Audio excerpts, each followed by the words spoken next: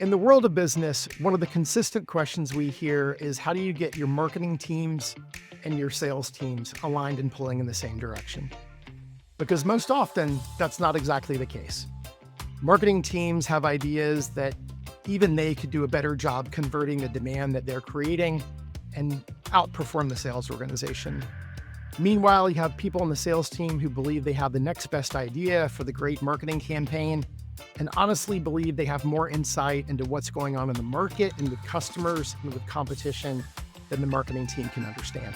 So for you as a revenue executive, it's all about how do you harness the creative power and potential of both sales and marketing and get them aligned and rowing in the same direction. Because ultimately it takes the power of both of those teams to achieve what you're after and what your company wants, which is top-line sales growth and performance. Today, we're going to hear from Michelle Barbeau, who's the Chief Revenue Officer at eHealth.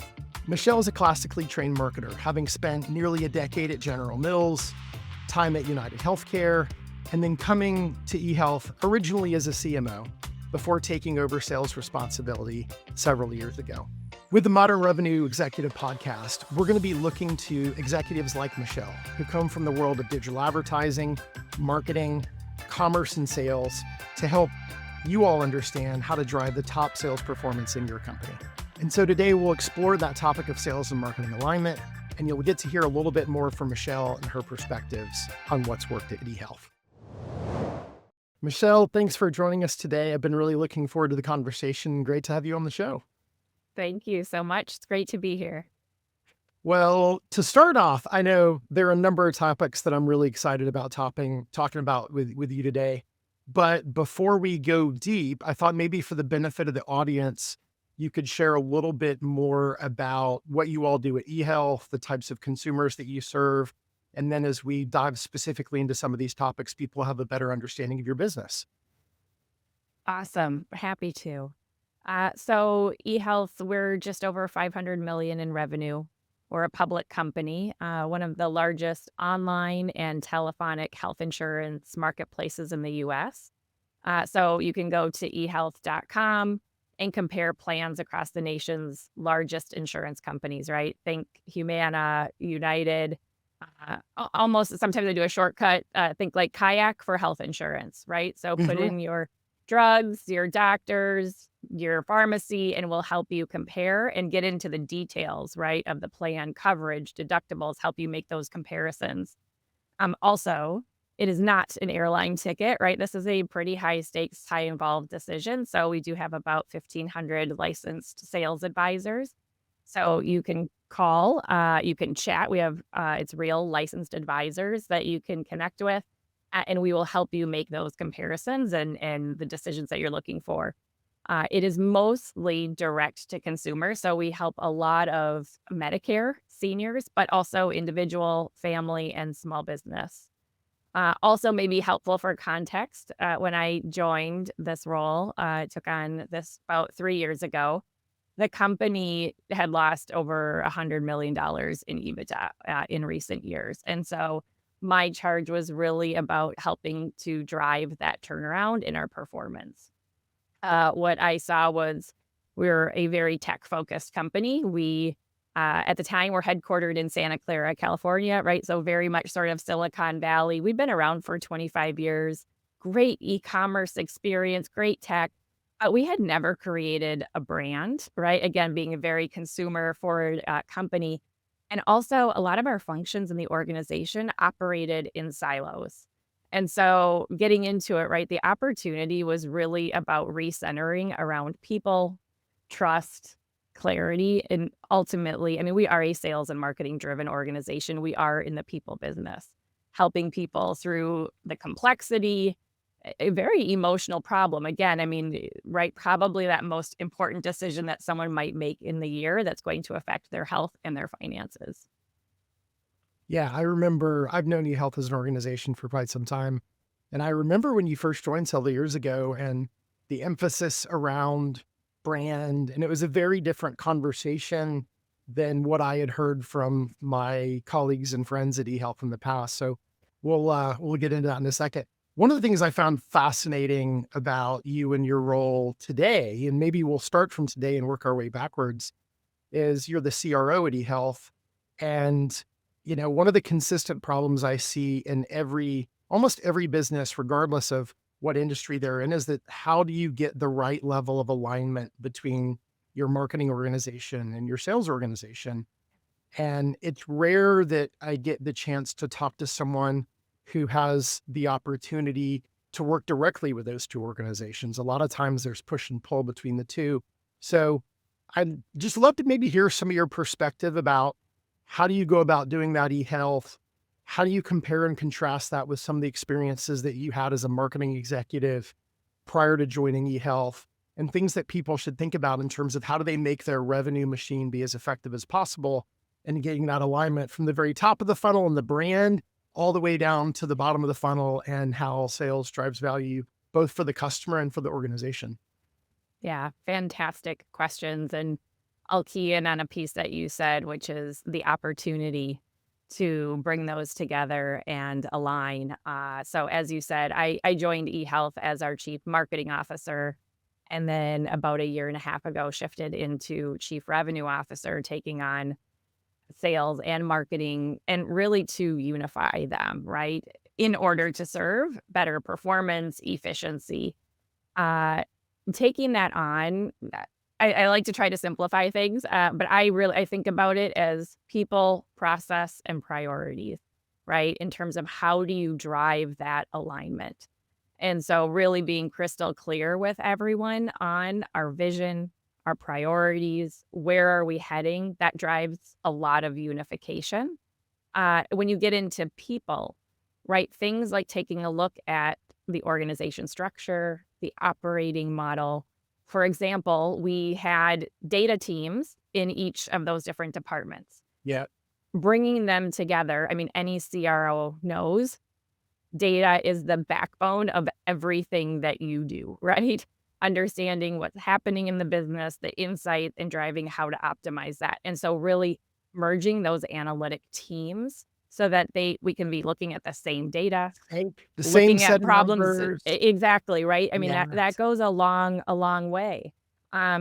Similarly, putting in place kind of the cadences, right? Regular team meetings, joint budget and forecasting and planning.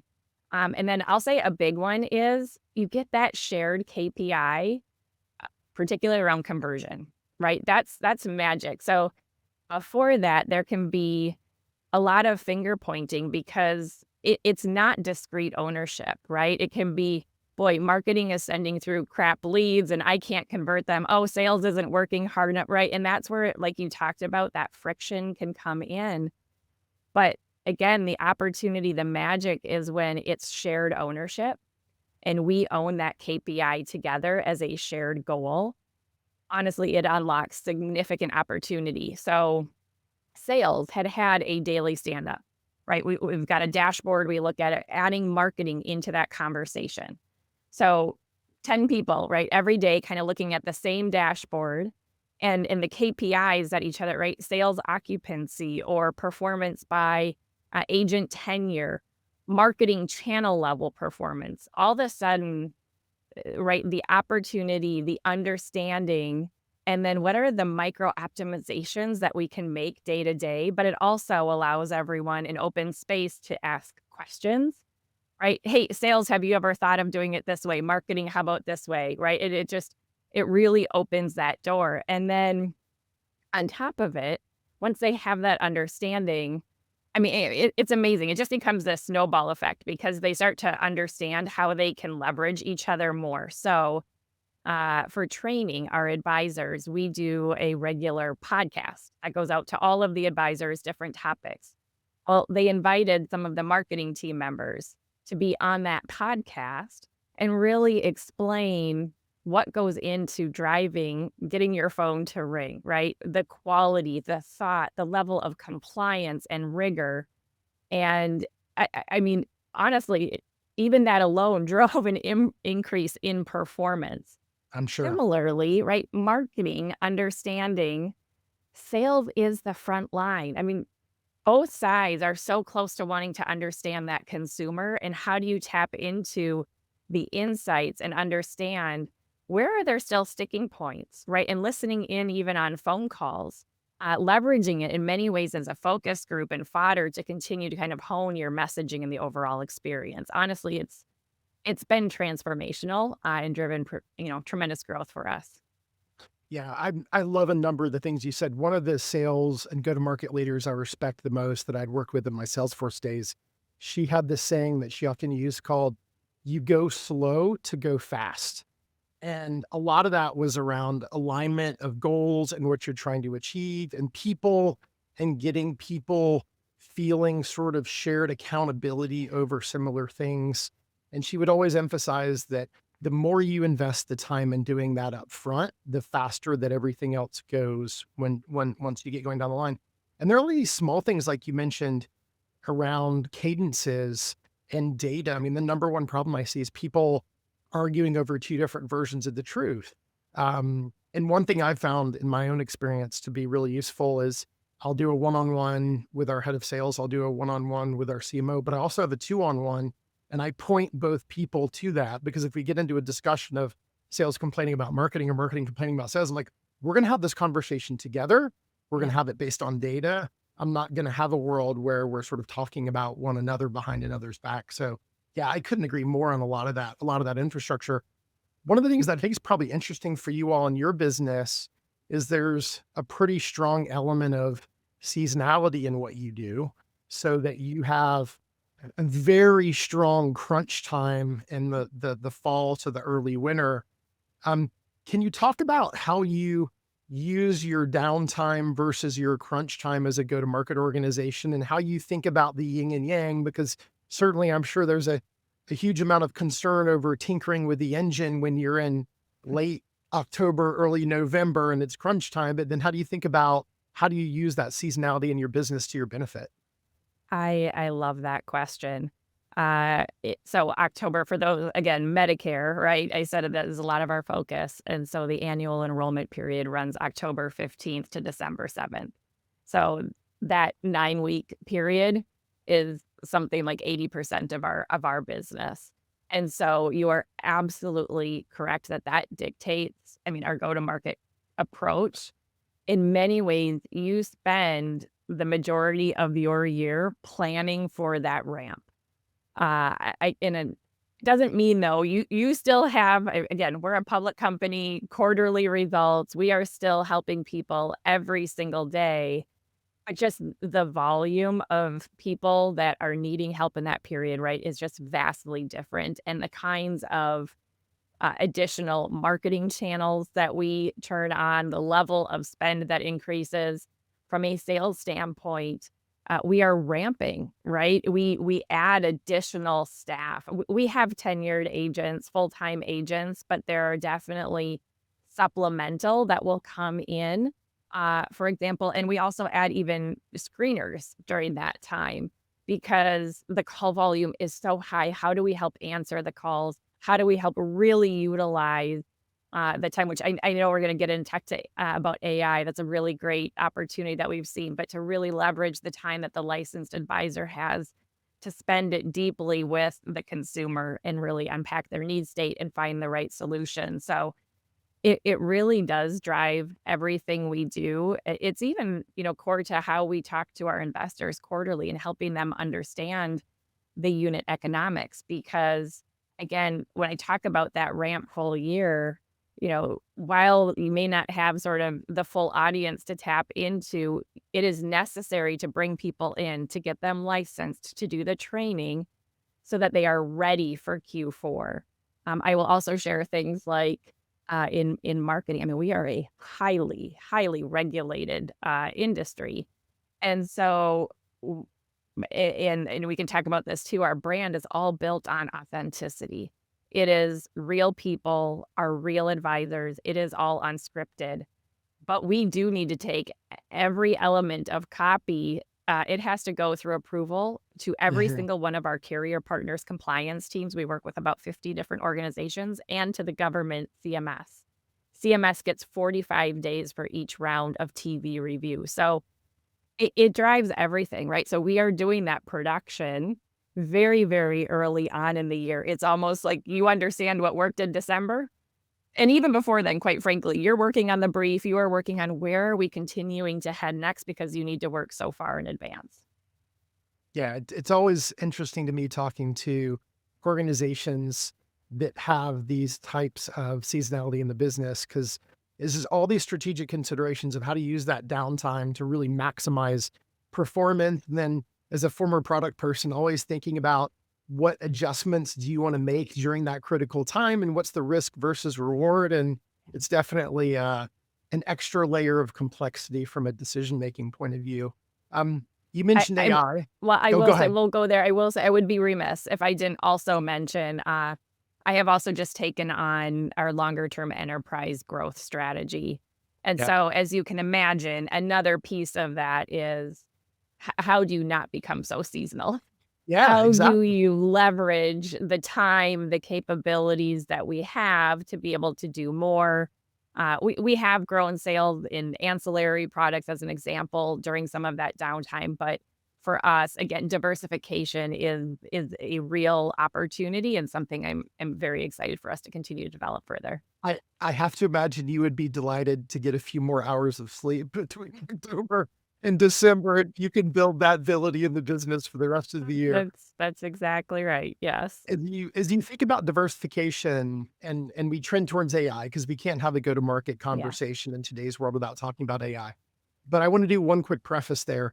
Um, obviously in your core Medicare business, you have a certain demographic that you're typically serving, but I would imagine in some of your other businesses around SMBs and others, it's a much broader set of demographic audiences you're targeting. They get their information in different places. They engage in different ways. Is that a fair assumption? 100%. I will also say one of the areas you talk about SMB, small business, even larger employer. So we are getting more and more into the ICRA space, which just the shorthand of that is it allows employers to set a defined contribution that will go towards their healthcare benefits. So you think about, I mean, they're facing 9% as the annual average increase in premiums. At some point that becomes unsustainable for employers. So they can set that benefit and then people can go to the individual marketplace and, instead of having just the three options that your employer has narrowed to, I can look at what are all of the options and the right coverage for me, but it's, pre-tax dollars. Think of it, it's basically going to be the transition that happened from pension to 401k. And Yep. so, to your point, we are in the process of building out even our B2B capability because I've talked about, right, we really have been a D2C organization and building those brand building capabilities. And now, really starting to build out B2B. How do you work with employers, the brokers that service? So, yeah, expanding the audience and that go to market model. Yeah. So in a technology enabled world, you've got multiple different businesses serving multiple different audiences. And then the way that I think about the strategic sort of capability set at eHealth is number one, you all are a business that have trained and developed professionals to help give consumers really excellent advice at, one of the most pressing decisions they're going to make in their lifetime around the intersection of their finances and their healthcare. Number two, for years, you all have been working on digitizing that experience, giving people more ability to do more online. Now, recently, you've added the ability to do voice AI powered interactions. Yeah. And so I'm just curious from an overall perspective, what's the eHealth philosophy in how you approach the consumer or the business in a variety of different ways? And how do you think about those different sort of strategic capabilities that eHealth has? How do you think about those working together and what are you trying to achieve? I love that. Our our mission is to best serve consumers when, where, how they need the support and help. And so that drives that is at the top of the house and drives our decision making. I will talk about even last year we launched a capability we call Live Advise is the branded, but think of that as your phone. It's a video conversation with our advisor. It's a one way. So as the consumer, I don't need to worry about what I look like, but I can see the advisor show up. We Yeah. share the screen and we compare the plans, and you can just see the aha, right? That, oh my gosh, I'm talking to a real person. This is not a bot. This is a real live. I see the interaction, and all of a sudden I can see all the same detail that they're looking at to help. And they're teaching me in many ways how to shop and make this comparison. So again, for us, I can get into what we're doing, what we have just launched with AI agents as well. Very, very exciting innovation, but it is always about putting the people and the experience first and making sure that that really shines through. So the AI agent that we launched earlier this year, it supports, like I said, both kind of our licensed advisors and the customer, right? It's on the front end. It's gathered from, right, thousands of data points, analyzing customer conversations, what's helpful in making a decision. So they are on the front end of screening calls, answering calls. We have completely replaced our off hours with this capability. But what is most amazing to me is how human it is. We let them know, but even in surveys afterwards, sometimes they won't remember and think it was a human interaction. The AI can actually change. I've heard where they change the pace of the conversation to match where the consumer is at. Or there was another example, a consumer referenced someone in their family that had recently passed away. And instead of just plowing through to continue to gather all the information needed, they paused, answered with empathy. Again, it's about really, and our advisors love it, right? Because they understand how it's helping on the front end to gather that information and then transfer the call, and so that they can really continue to go deeper with the consumer. So yes, it drives efficiency, but really for us, it's about extending our capacity, right? It's not about kind of replacing, but enhancing the experience, both internally and obviously for our consumers.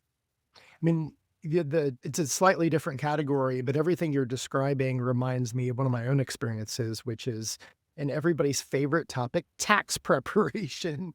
And so I used TurboTax for ages and ages and ages.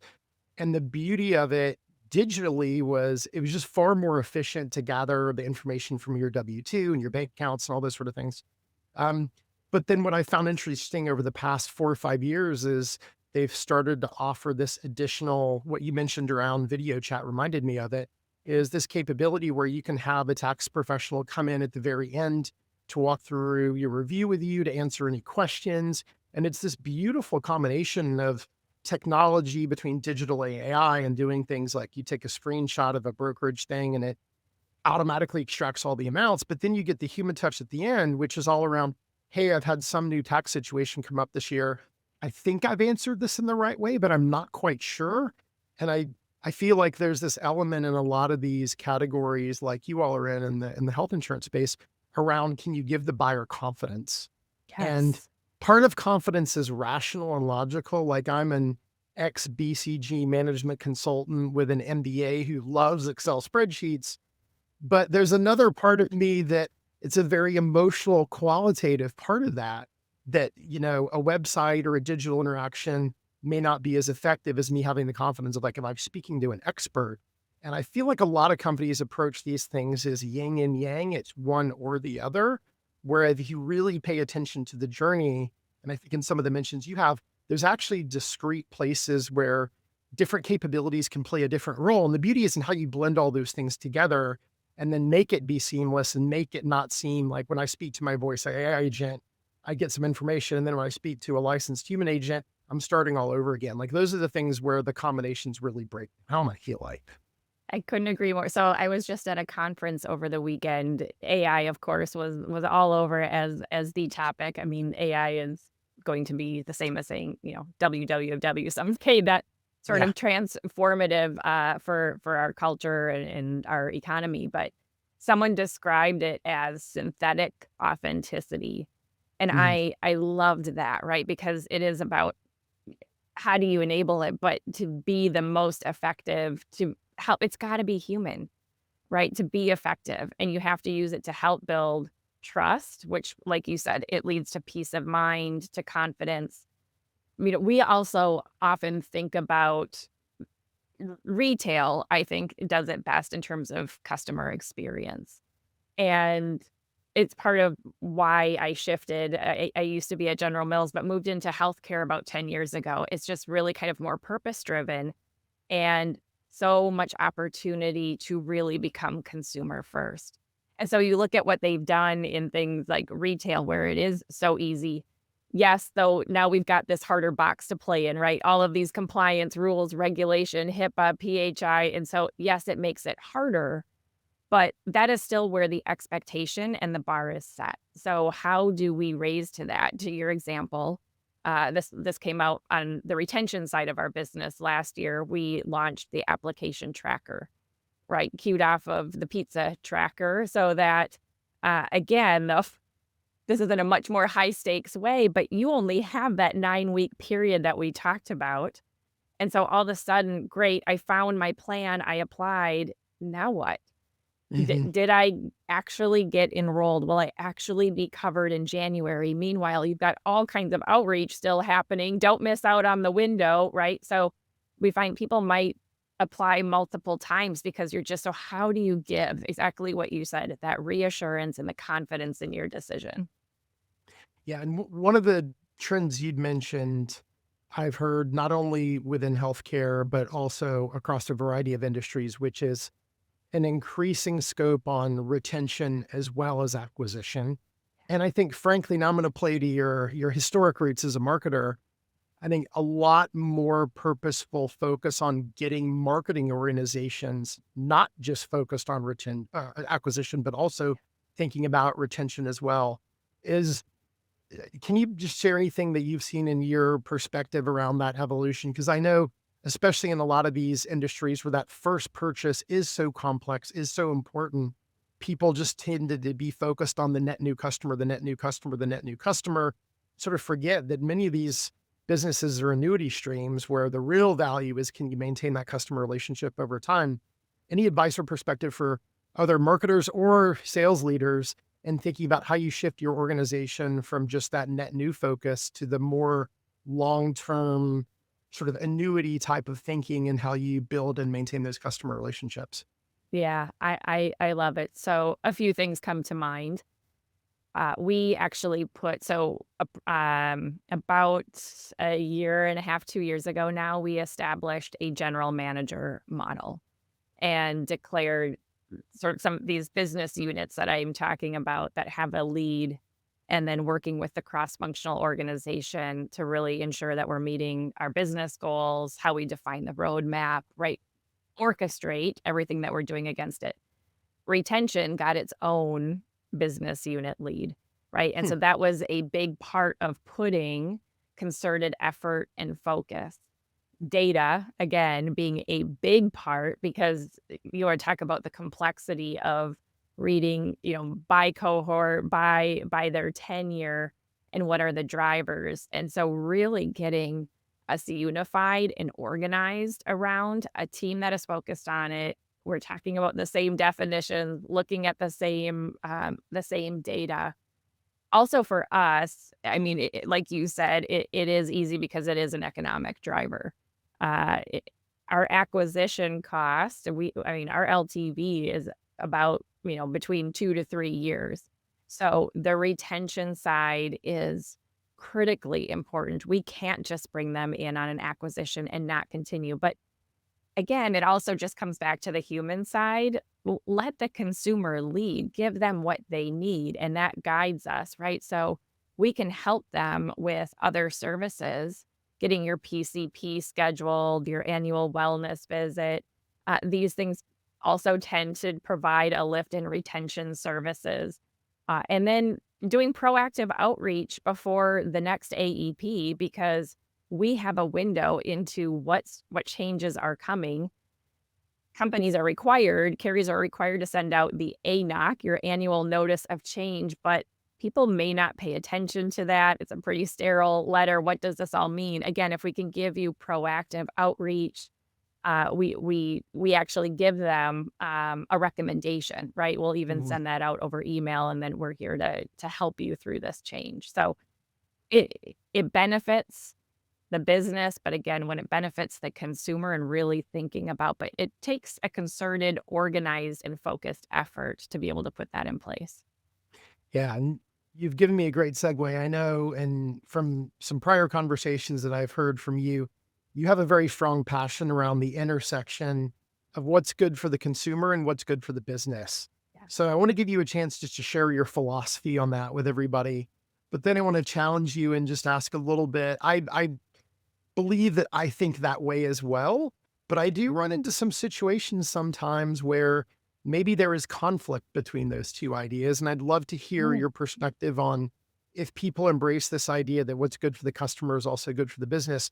If they do run into conflicts, like how do you think about managing those and the trade offs between those two things? Yeah, it's a good question. I would say so my philosophy is very much to start with the consumer, to listen to where their needs are. Maybe I will tell just a little bit about when I started and joined this company, and like I said, it was in turnaround, and I joined as chief marketing officer, and tech driven, but we didn't have a brand. How are you gonna unify? We just were focused on in many ways, there's actually 2 different teams focused on siloed channels, direct mail over here, not talking to digital over here. A Again, my training, all of my experience, I have been, raised first as a marketer. The first thing you do is go talk to consumers and understand where their needs are. And it became very clear. And of course, you look at the competitive set, what's out there, you understand the industry.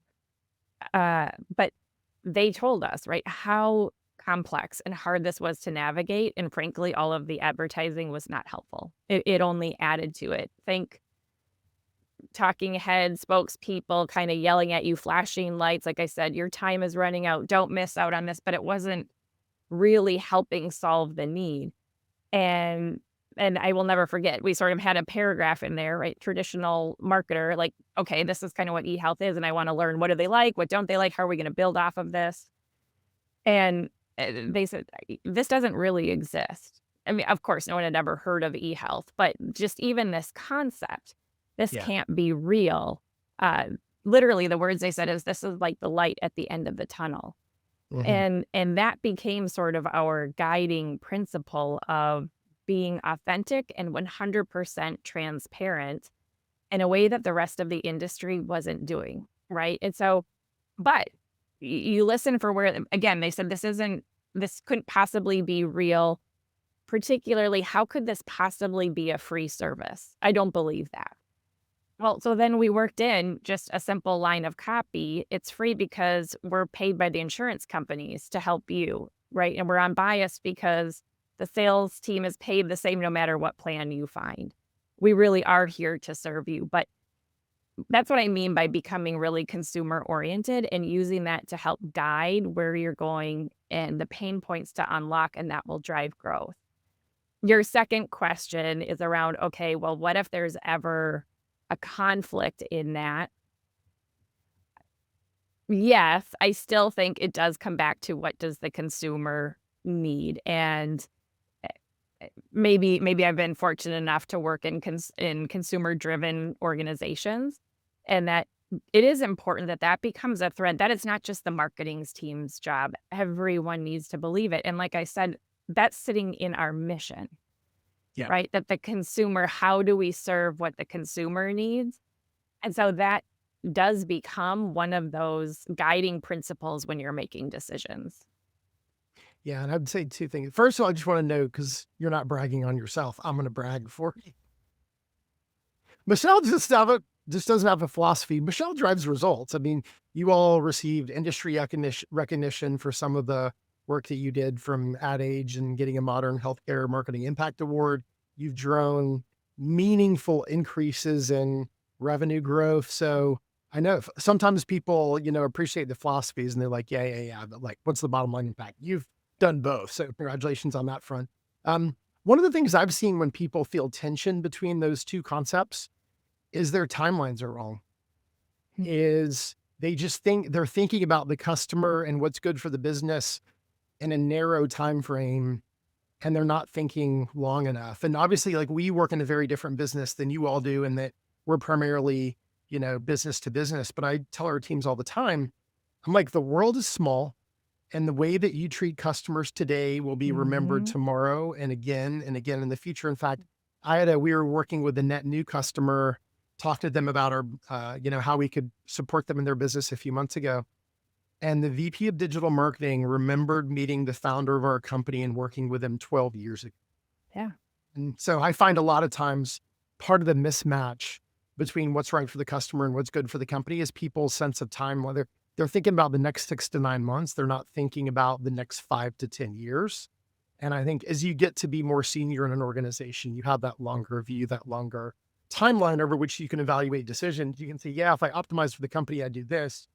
But if I really want to do right by the consumer, and I think about the consumer relationship, not from a 1 or 2 year perspective, but from a 10, 15, or 20-year perspective, like, that can change a lot of your dynamics.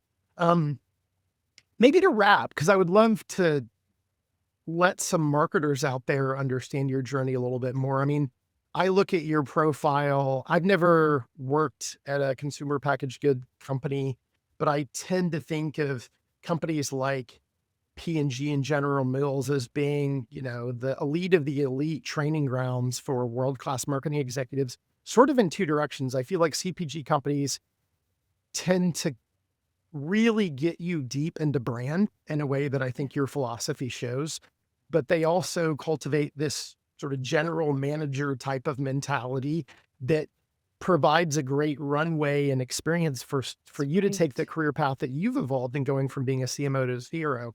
So, love for you to share a little bit about that journey, and maybe one of the things that intimidated you most about the sales side of the organization as you first Yeah. stepped into that role. I know my first hire at Advoco, and I joined in 2016, was a sales leader, and I was petrified doing that. And I was petrified when I was having to run sales in the interim part of it. So would love to hear maybe a little bit more for you to share with marketing executives who aspire to do some of that other work over time in sales, and like what you learned and where you had to adapt the most. Yeah. So you're right, right? The starting point of I was at General Mills for about a decade, and it's a pretty the training that you get is absolutely how to build iconic brands, no question. But you are also the general manager, the P&L owner. And so the accountability for the top and bottom line and everything in between. And what comes with that is the orchestration and alignment across all of the functions of the organization: operations, finance, sales. I do think, even regardless of that experience, right? But so working very closely with sales, setting pricing, distribution strategy, trade promotion strategy. Sales and marketing, though, in any organization is pretty symbiotic, right? So there's a high degree of awareness, history of working with each other, but it's how to remove those friction points that can exist. I think, as I moved from chief marketing officer to chief revenue officer and taking on sales, it was probably more of just the expanded scope and breadth of responsibility, how to give myself the time, the capacity to get my arms around all of it. But it's not like we hadn't been working closely together already. Yeah. I will also say I was very fortunate and lucky. I think we have an incredible sales organization. It wasn't broken. A lot of our sales leaders have actually been with the company for a decade or more. So it was an opportunity to get my arms around what was happening and just get deeper into the various aspects, right, of sales operations. We do our licensing, our training, and then it always comes down to prioritizing where to deep dive and spend your time where you can add most value, right? Where are the things that are going to unlock that next level of, have we thought about this? Or maybe we're struggling here. What's a barrier to clear? Or helping the organization to look ahead as new regulations come out. What's on the horizon? How are we going to have to adjust our go-to-market model and our sales organization to be able to get there? So I've been very, very fortunate. Maybe the other learning that I had along the way, again, I'm pretty big on setting a clear vision, direction, priorities for the organization, but also really understanding, and maybe just a reminder, because I do know this, but how much sales really loves sort of the storytelling aspect and the inspiring story, right? Yeah. But how important, I mean, that is to really ensure that they know they're heard, they're being supported, and get them fired up, right, with the incentives so they are ready to run through the wall and go chase those goals. But Yeah. it's been fun. I'll say maybe the other last part is the importance of building a culture across those teams. And so we unify, we have a culture team that helps, and we're all virtual. And they're super fun things. Like, we've done wine tasting. We had a salesperson give everyone their favorite barbecuing tips. I mean, you can get pretty creative in a virtual environment.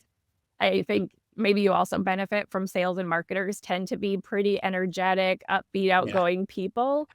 Yeah. But, bringing these together, we already had pretty high culture scores. We increased them another 6 points last year. So it it's a fun team. We enjoy working together, and that's been another benefit of bringing the organizations together. Yeah, there's definitely a great energy and vibe that comes when you get go-to-market folks in the room together. All right, last two snap questions for you. Number one, is there a book, a podcast, or an information resource that you feel like has helped you either deepen the disciplines of marketing or sales, or just around executive leadership and how you think about the company, that you would love to point other people to? I love that.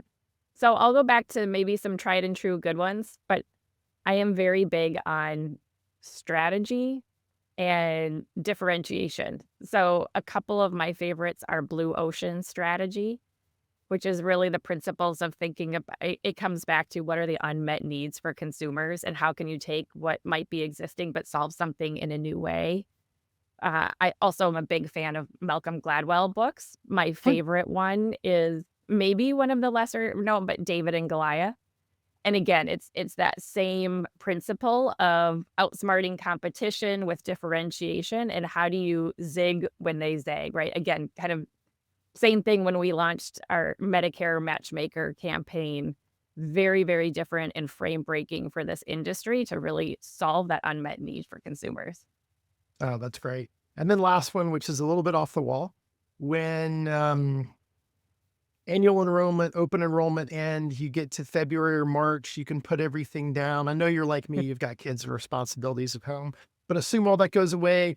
What's a travel destination you'd love to go to that you haven't had the chance to get to yet? Oh, that I haven't had a chance to get to. I would probably say an African safari. Hmm. Uh, I think that would be, I have never looked into it. I don't know what it would take to do, but it seems like an absolutely incredible, wild, probably slightly frightening, but amazing adventure.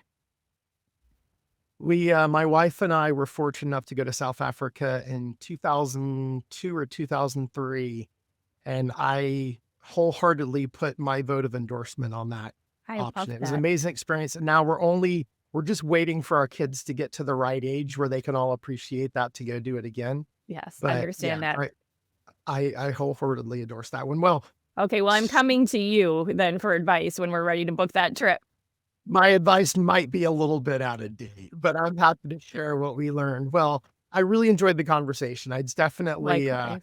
the interests and the things that you've done very much mirror what I'm interested in. I know so many other, marketing, sales, commerce, and revenue leads would love to benefit from as well. So, Michelle, thank you so much for the time, and look forward to seeing you again soon in real life, if not on the podcast.